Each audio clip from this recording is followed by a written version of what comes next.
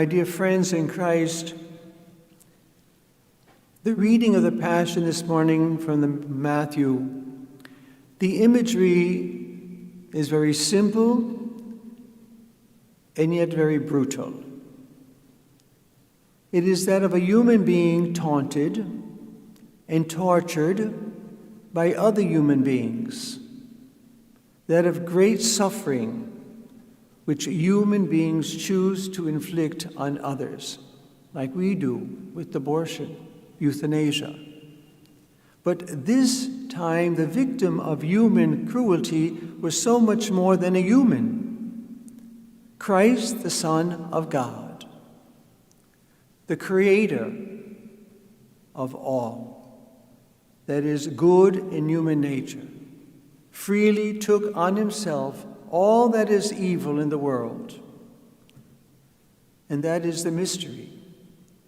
Christ did not have to suffer. He chose to. He was not overpowered by human cruelty. Rather, he submitted himself to it. And on the cross, he was not simply victim. He was priest as well. Christ could have chosen any other course, but he chose this course.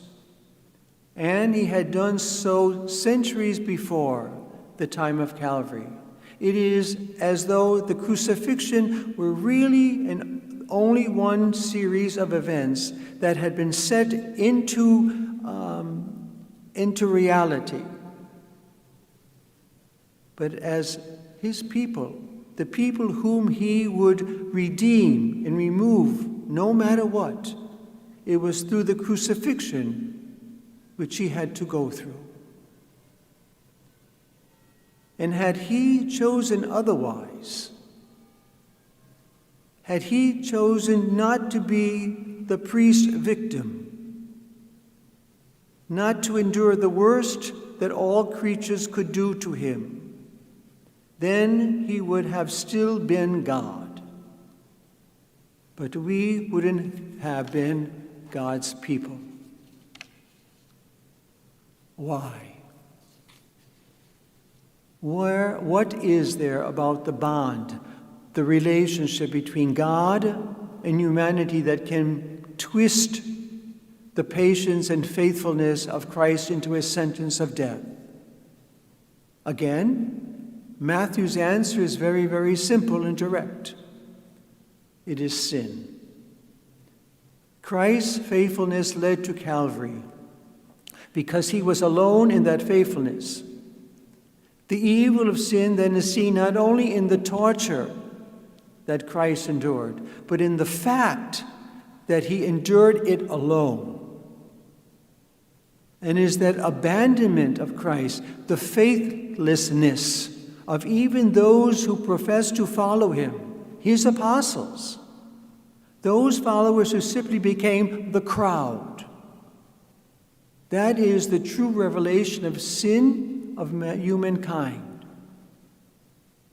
Lent is about to come to an end. I hope that this season has been for each of us truly a season of penance, with plenty of time for self-examination, of confronting the heartlessness, the dullness of our lives. Since once it is recognized and rejected, has lost all power over us. We are not slaves to our past, to our habits, to our weakness. We are God's people, and we have a share in everything that is his.